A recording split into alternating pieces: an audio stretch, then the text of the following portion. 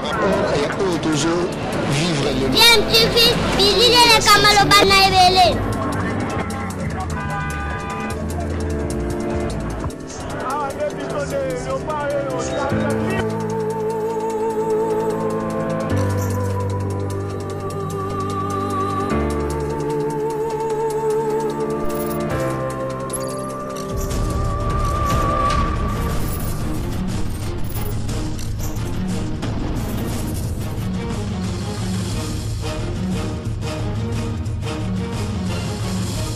James, tu veux toujours un enfant.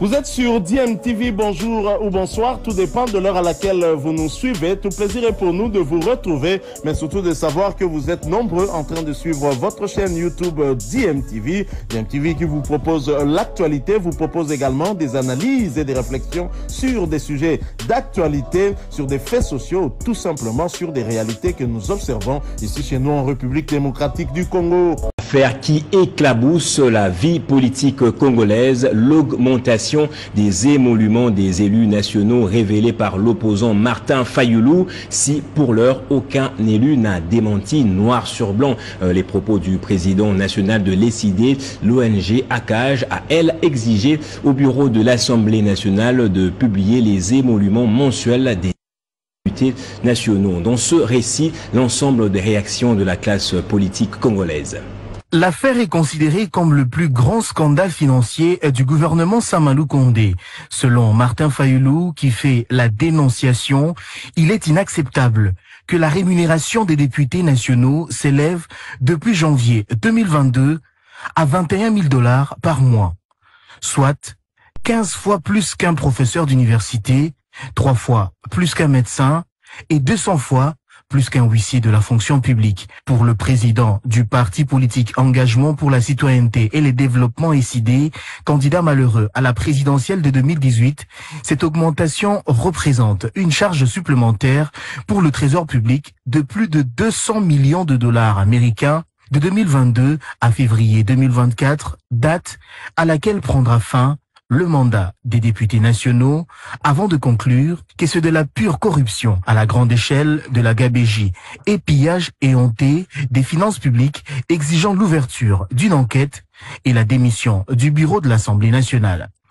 Martin Fayoulou est rejoint dans cette affaire par l'élu de Luisa, Deli Sesanga, qui estime que la rémunération plus les avantages invisibles des élus en République démocratique du Congo pourraient atteindre 21 000 $ américains.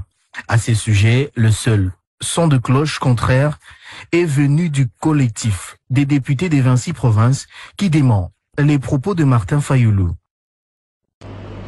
Et l'agression de la RDC par le Rwanda était au cœur d'une importante réunion du Conseil de paix. Des émoluments, la réduction du train de vie des institutions. On en parle avec Rodrigue Ramazani. Il est porte-parole adjoint de l'Envol, le parti justement de M. Sesanga. Bienvenue à vous.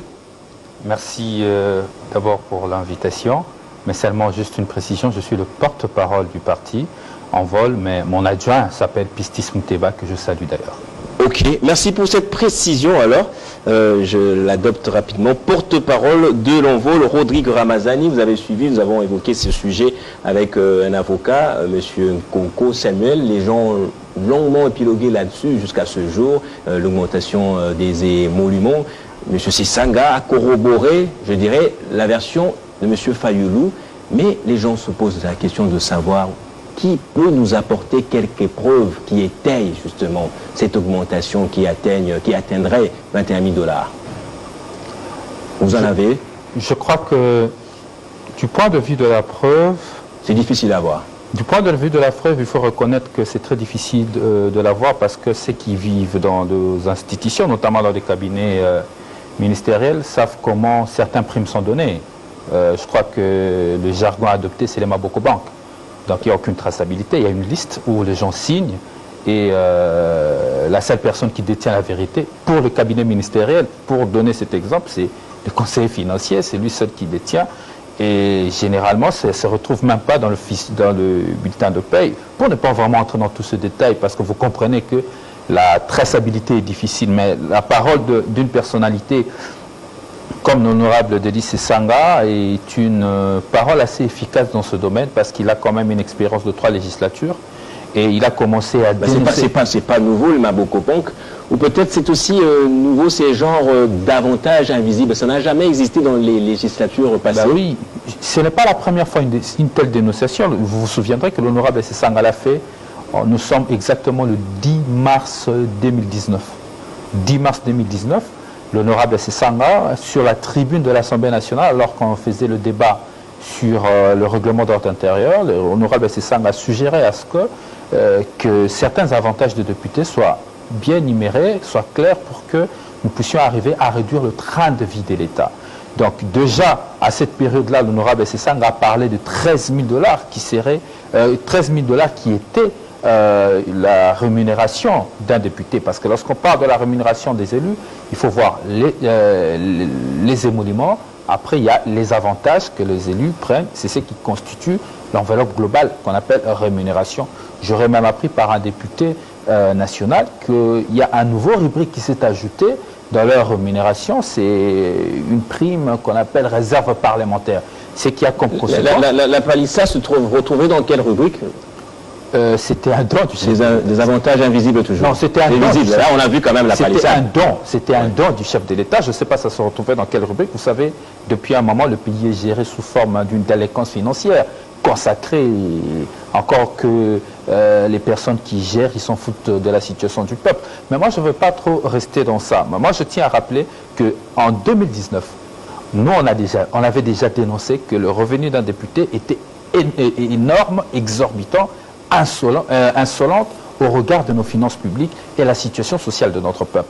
Qu'il fallait à un certain moment rationaliser, réduire le train de vie de l'État et que les députés devaient servir d'exemple parce que ce sont eux les autorités budgétaires. Parce que l'autorité en soi ne tient qu'à l'exemplarité. Lorsque une autorité ne sait pas donner l'exemple, cela ne sert à rien. Donc nous, on a mené ces combats depuis 2019. Vous allez vous souvenir que dans la classe politique, personne n'était gêné sauf l'envol. Nous étions le seul à être gêné, que soit les acteurs de l'opposition ou de la majorité, personne n'a dit mot. Personne n'était géré. C'est vrai qu'aujourd'hui, la situation est devenue encore plus catastrophique, raison pour laquelle la société se sent frustrée et c'est légitime. Ici, moi, je n'aimerais pas rester dans une posture polémique. La posture polémique veut qu'on continue à discuter, dire que le député gagne 21 000 $. Oui, il gagne 21 000 $. Je le confirme, je suis le porte-parole de l'envol. Et ces payes a commencé pratiquement au mois de juillet. Il a reçu jusqu'au mois de septembre les députés qui font l'hypocrisie pour nier, question soit de camoufler des informations à la population, alors qu'il s'agit d'une question publique, ne mérite même pas d'être réélu. Parce qu'à son peuple, il faut dire la vérité. Et moi, je vous dis qu'il touche 21 000 $. Mais qu'est-ce qu'il faut faire? C'est ça qu'il faut, c'est ce qui compte. Pour nous, par exemple, l'envol, parce qu'avant d'arriver à ce qu'il faut faire, pour nous, l'envol, la réduction du train de vie de l'État, nous ne l'abordons pas comme une question pour résoudre un problème conjoncturel. Il s'agit par contre d'un problème structurel qui doit toucher plusieurs compartiments de l'État en vue de rationaliser la tendance dépensière de l'État. En vue de le rationaliser. Mais dans notre réforme, la réduction du train de vie des institutions, c'est la première phase. Et c'est cette première phase que nous avions, à travers le président national du parti en vol, sorti une tribune au mois de novembre 2021 pour démontrer noir sur blanc comment il fallait, quels sont les plans pour arriver jusqu'à économiser 1 milliard de $. Les gens aimeraient bien réécouter ceux qui ont raté justement de lire cette tribune. J'ai vu sur Twitter, c'est Dédé Sesanga reposter encore sa tribune. Comment cela peut se faire? Il s'agit de 10 engagements. La réduction du train de vie, je répète, la réduction du train de vie de l'État est un programme de politique que nous portons. Et nous le portons depuis mars 2019. Et en novembre 2021, nous avons sorti la toute première phase, parce qu'il s'agit d'un programme qui a 3 phases, qui aura 3 phases évidemment. Mais la toute première phase, c'est la réduction du train de vie des institutions qui permettra en fait à l'État d'économiser plus de 1 milliard de $. Comment on y arrive?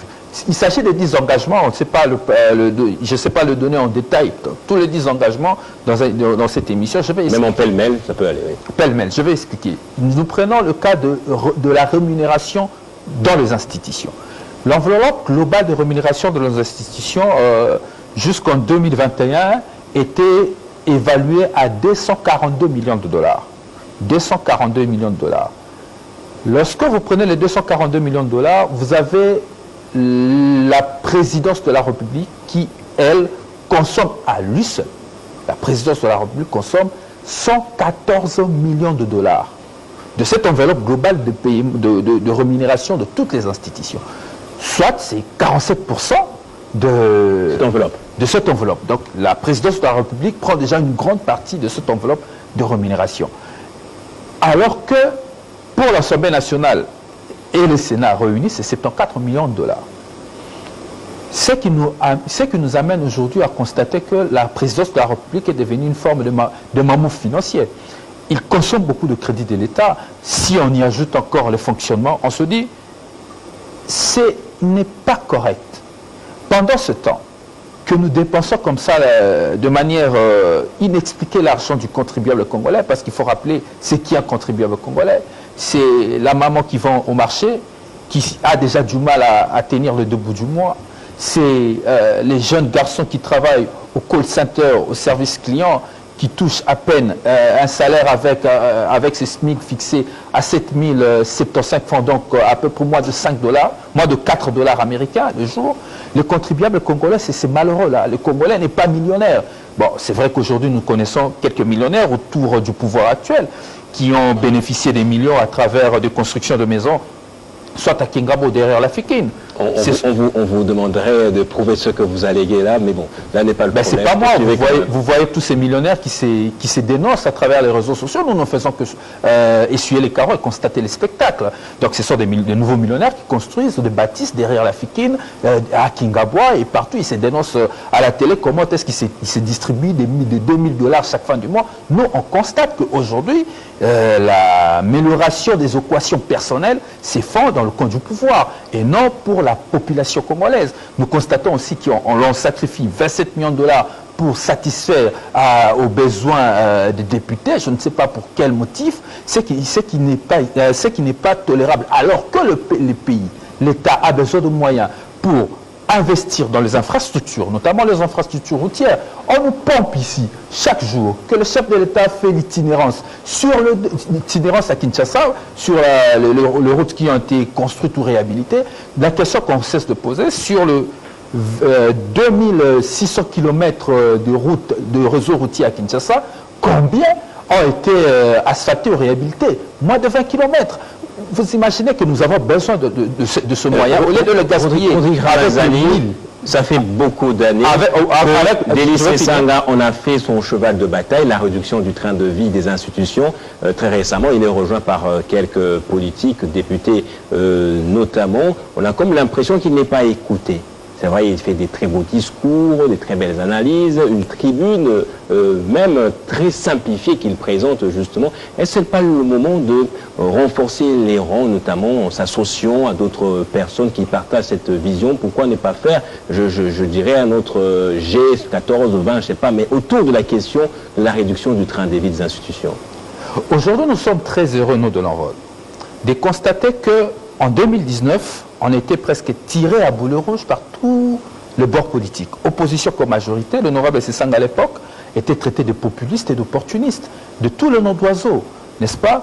Et qu'aujourd'hui, constater que Kabound, qui, lors de sa campagne pour être premier vice-président de l'Assemblée nationale, avait taclé l'honorable Sesanga pour dire aux députés qu'il fallait... Il a rejoint très vite après. Ça, il fallait renforcer. Au mois de juillet 2021, il est revenu à la raison. Donc il nous a rejoints.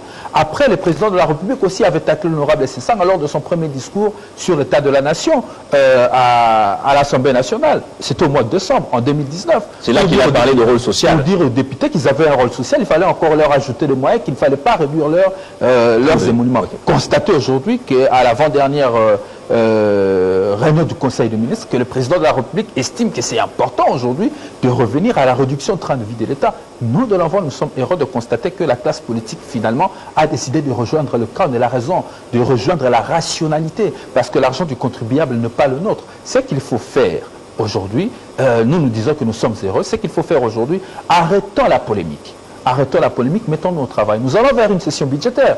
Au lieu de faire que de simples dénonciations, Et au lieu de constater que la situation s'empire, mettons-nous au travail vers la session budgétaire, travaillons pour la réduction effective. Donc vous êtes prêts à vous associer à d'autres. Et nous, l'envol d'ailleurs, on avait proposé que le maximum pour nous de l'envol, nous estimons qu'il faut réduire la rémunération d'un député à 4 000 $ au regard de notre situation financière. Donc vous êtes prêts à faire la route avec d'autres personnes, notamment Jean Kaminga? Nous avons lancé le combat. Il s'agit d'un combat au-delà de l'envol de l'intérêt de toute une république. Si les autres estiment qu'ils peuvent rejoindre le cas de la raison, je ne trouve pas ici des raisons de faire de polémique ou de dire non. Ils peuvent rejoindre le cas de la raison parce que la raison, nous l'avions donnée depuis 2019. Mais comme d'habitude, personne n'a voulu nous suivre. Dernière question, Rodrigue Ramazani. Est-ce que la réduction du train de vie des institutions peut avoir une incidence sur la moralisation même de la vie politique congolaise, ou peut-être, j'évoque autre chose, aujourd'hui on parle de la lutte contre les blanchiments d'argent, la lutte contre la corruption. On peut faire un lien entre ces deux choses-là, la corruption et la réduction du train de vie des institutions. Mais aujourd'hui, il se pose plusieurs questions. Vous savez, l'on se pose d'abord la question sur la qualité du travail que produit aujourd'hui l'Assemblée nationale. Les rapports analytiques de l'Assemblée nationale, je ne sais pas si c'est toujours produit. Parce qu'on paye des primes et des primes et des primes. Jusqu'aujourd'hui, on se demande, si vous allez à l'Assemblée nationale, vous allez remarquer, la dernière législature où ils ont produit ce rapport, je ne sais pas ça date de quand.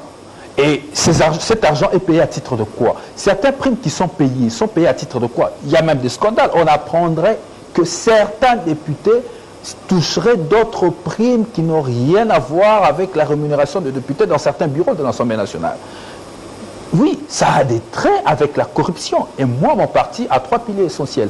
Nous luttons contre l'ignorance, nous luttons contre la pauvreté et nous luttons contre la corruption. De telles rémunérations indues qui ne s'expliquent pas, qui n'a que de fond et des explications pour les tenants de cette, qui justifient de telles rémunérations insolentes, ils disent que c'est pour alimenter leur base, parce qu'ils sont devenus des acteurs sociaux. Merci. C'est inexplicable. Merci. C'est évidemment, Rodrigue. je confirme votre préoccupation, ouais. Ces rémunérations ont de trait avec la corruption et c'est inacceptable dans une société comme la nôtre. Merci. Merci beaucoup. Nous insistons.